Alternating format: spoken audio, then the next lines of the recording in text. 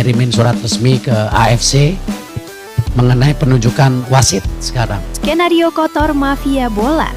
Di balik tragedi Indonesia gagal lolos semifinal ASEAN Cup. Mimpi jutaan pasang mata rakyat Indonesia untuk melihat skuad Garuda mengangkat piala di ajang ASEAN Cup kembali kandas secara tragis. Di atas kertas, kualitas permainan dan kerja keras para pemain di lapangan sudah lebih dari cukup untuk mengunci satu tempat di babak semifinal.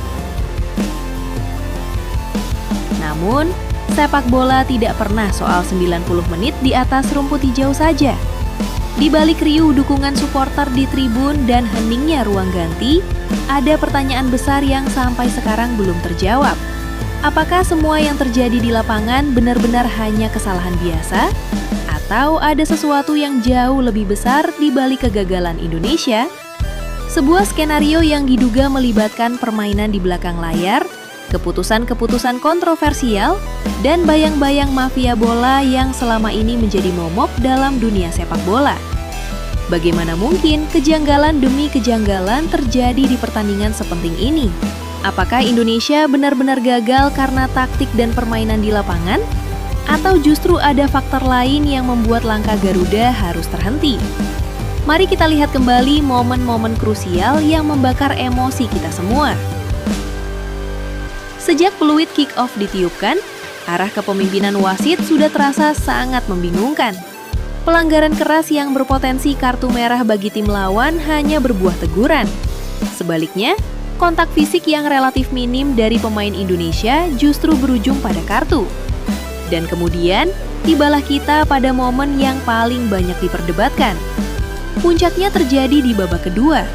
Sebuah insiden di dalam kotak penalti lawan yang menurut banyak pendukung Indonesia layak mendapatkan perhatian lebih, justru tidak berujung pada keputusan yang mereka harapkan. Mengapa VAR tidak mengambil keputusan yang lebih tegas? Tentu, keputusan wasit tidak otomatis membuktikan adanya konspirasi. Tetapi ketika sejumlah keputusan kontroversial muncul dalam satu pertandingan, wajar jika publik mulai bertanya-tanya. Dan pertanyaan itu semakin besar ketika kita melihat kejadian berikutnya. Kejanggalan lain muncul ketika pemain Singapura Song terlibat dalam sebuah pelanggaran yang sempat berujung pada kartu merah. Namun kemudian, hukuman tersebut dianulir dan berubah menjadi kartu kuning. Bagi pendukung Indonesia, keputusan seperti ini tentu terasa sangat sulit diterima. Apalagi ketika pertandingan sedang berada dalam situasi yang sangat menentukan. Satu pemain kehilangan kartu merah, berarti satu tim tetap bermain dengan jumlah pemain yang lengkap. Dan dalam pertandingan yang begitu ketat, satu keputusan kecil saja bisa mengubah seluruh jalannya pertandingan. Apakah keputusan tersebut murni berdasarkan pertimbangan aturan? Atau ada tekanan tertentu yang membuat keputusan awal berubah? Kita tidak bisa memastikan jawabannya tanpa bukti dan penyelidikan yang jelas. Tetapi justru disitulah masalahnya. Jika memang tidak ada apa-apa, maka semua kejanggalan ini seharusnya bisa dijelaskan secara terbuka. Karena ketika penjelasan tidak datang, ruang kosong itu akan diisi oleh spekulasi. Dan salah satu spekulasi terbesar yang kembali mencuat adalah mafia bola. Bukan rahasia bahwa sepak bola Asia Tenggara pernah berhadapan dengan berbagai persoalan terkait perjudian ilegal dan pengaturan pertandingan. Dalam dunia match fixing, sebuah pertandingan tidak selalu harus diatur secara terang-terangan. Kadang, cukup dengan memengaruhi momen tertentu, keputusan tertentu, atau situasi tertentu, jalannya pertandingan bisa berubah secara perlahan. Satu kartu, satu pelanggaran, satu keputusan penalti, satu keputusan VAR, dan semuanya bisa memberikan dampak yang sangat besar terhadap hasil akhir. Namun sekali lagi, dugaan tetaplah dugaan. Tidak boleh ada pihak yang dituduh sebagai mafia bola tanpa bukti yang kuat. Karena justru yang harus dilakukan adalah membongkar semuanya secara transparan. Periksa keputusan pertandingan, periksa laporan wasit, periksa rekaman VAR.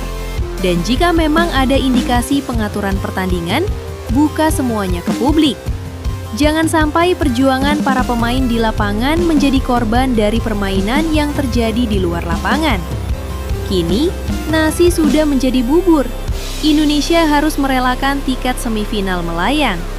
Para pemain telah berlari, bertarung, dan memberikan seluruh tenaga mereka untuk lambang Garuda di dada.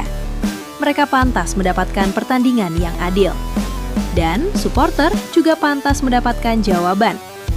Jika memang ini hanya kegagalan di atas lapangan, katakan dengan terbuka. Jika ada kesalahan wasit, jelaskan.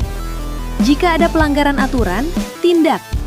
Dan jika benar ditemukan adanya permainan kotor di balik pertandingan, bongkar sampai ke akar-akarnya. Karena sepak bola seharusnya menjadi tempat di mana kerja keras menentukan hasil. Bukan tempat di mana hasil pertandingan ditentukan oleh kepentingan segelintir orang. Jadi sekarang saya ingin bertanya kepada kalian, apakah kegagalan Indonesia kali ini murni karena nasib buruk dan kegagalan memanfaatkan peluang? Atau memang ada terlalu banyak kejanggalan yang membuat kita pantas mempertanyakan apa yang sebenarnya terjadi? Tulis pendapat kalian di kolom komentar. Karena satu hal yang pasti, Garuda boleh gagal melangkah, tetapi perjuangan untuk sepak bola yang bersih tidak boleh ikut berhenti.